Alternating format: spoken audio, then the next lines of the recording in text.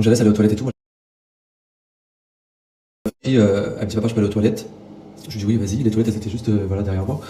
Euh, donc j'allais aller aux toilettes et tout. Moi j'étais sur mon téléphone en train de jouer avec Caïs et tout. Et donc je regarde pas forcément ma fille. Enfin dans un avion, surtout en avion, les toilettes elles étaient derrière moi. Enfin voilà quoi. Et cet avion-là, il y avait énormément d'abonnés et plein de gens et tout. Et là, il y a une dame à côté de moi, une passagère et tout. Elle me dit excuse-moi, mais ce monsieur, tu le connais parce que depuis tout à l'heure, il est avec ta fille, il est très avenant et tout. Il a touché et tout. Enfin, il est avec vous. Je me retourne. Je vois Alia avec le monsieur. Donc c'est un jeune, hein, c'est un mec de 30 ans, c'est un arabe de France. Et en fait, il tient ma fille comme ça. Vraiment, comme ça, voilà. Comme ça. Et Alia, parce que là, l'image que j'ai d'elle, c'était elle était, parce qu'elle était dépitée, elle était gênée, elle savait pas où se mettre. Je me retourne, je lui dis, hey, enlève tes mains tout de suite de ma fille, ne touche plus jamais à ma fille et tout, parce qu'après elle s'est assise vers moi. Je lui dis, qu'est-ce que t'as fait, le monsieur? Et là, mon cœur, il a lâché. Et j'ai même pleuré pour vous dire, tellement que ça m'a brisé le cœur. Elle m'a dit, il m'a tenu, il me lâchait pas. Il m'a fait des bisous ici sur le crâne. Il m'a dit, t'es belle, ma princesse, t'es jolie. Oh là là, qu'est-ce que t'es belle. Que des compliments.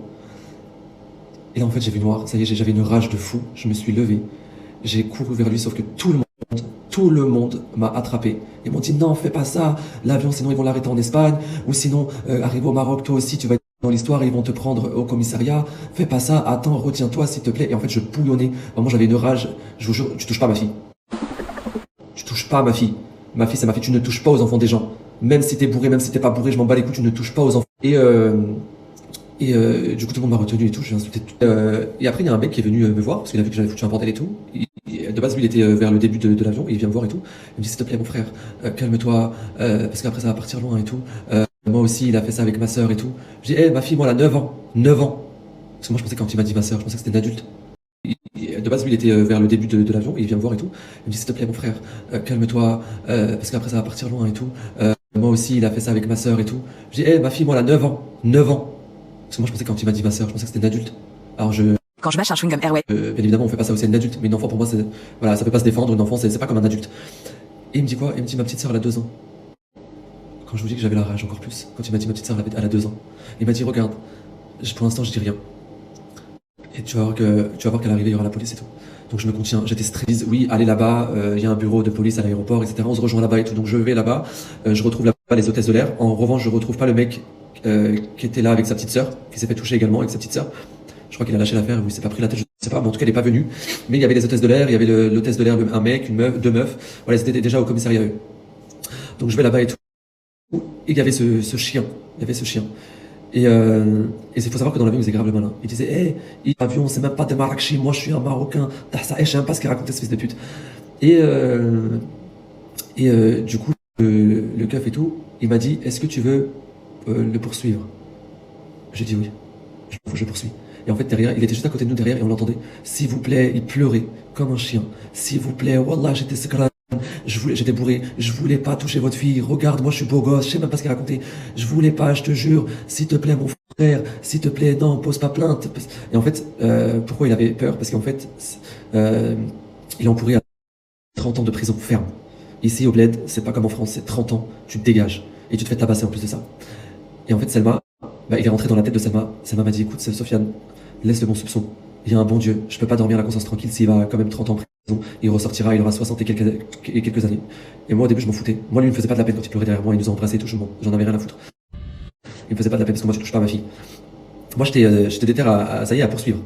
Selma m'a supplié, elle m'a dit, s'il te plaît, il y a un bon Dieu, laisse-le entre les mains de Dieu et le bon soupçon. Il faut trouver toujours des excuses à son frère Rose. S'il te plaît, je vais pas dormir tranquille. Parce que Selma, elle était là. J'ai décidé de pas poursuivre. Je l'ai pas poursuivi, j'ai pas été plus loin, parce que sinon c'était 30 ans de prison. Et c'est bien parce que Selma était là, parce que je vous jure que si je serais bourré, pas bourré la prochaine fois, parce que oui, l'hôtesse de l'air s'est fait toucher. S'est fait toucher. Quand elle a séparé, etc., au bout d'un moment, il l'a pris par derrière, enfin, il était derrière elle, il a mis sa main là, et après, il a touché ses seins. Et elle avait les nerfs. Et elle, c'était une meuf, ça se voyait, elle voulait pas se laisser faire, c'était un peu une kilimini. Elle était très. Donc je vous disais, elle voulait aller au bout des trucs et tout. Et grâce à Selma, je dis bien grâce à Selma, parce qu'elle est rentrée dans son cerveau, et ben les autres, de pas poursuivre. C'est ça. Et elle avait les nerfs. Et elle, c'était une meuf, ça se voyait, elle voulait pas se laisser faire, c'était un peu une kilimini. Elle était très. Donc je vous disais, elle voulait aller au bout des trucs et tout. Et grâce à Selma, je dis bien grâce à Selma, parce qu'elle est rentrée dans son cerveau, et ben les autres, ils nous ont suivis. On a fait le tanazoul, donc le pardon. Parce qu'en fait, dans les pays musulmans, tu peux pardonner. Si tu pardonnes, voilà, il n'a pas de grosses peines. C'était qu'un seul des deux parents. Et Salma, elle était trop dans la pitié. Jamais, peut-être qu'il était bourré, peut-être que c'était pas mal intentionné. Je suis actuellement en prison. Dans tous les cas, pour état d'ivresse. Donc là, je sais pas combien de temps il va faire. Peut-être pas énorme. Certainement pas 30 ans. Voilà, mais s'il fait un bon mois, j'espère qu'il fera au moins un mois de prison. Parce que ici, un mois de prison, ça équivaut à... Jamais de la vie, je l'aurais touché, frérot. Celui qui l'a touché, moi, je lui baisse sa mère, frérot. Voilà, comment tu sais. Là, t'es en train de parler à un mec qui a alcoolisé. Wallah, que je veux qu'il fasse au moins quelques jours. Au moins quelques jours. Bonjour Joao. Au moins quelques jours.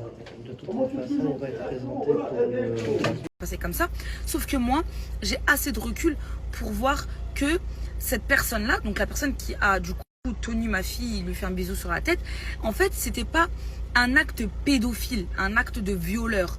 C'était quelqu'un de tactile, très tactile, avec les enfants. Et malheureusement, dans le monde où on vit aujourd'hui en 2026, à chaque fois qu'il y a quelqu'un qui va s'approcher de nos enfants, on va directement penser au pire. Et peut pas me dire le contraire. On va penser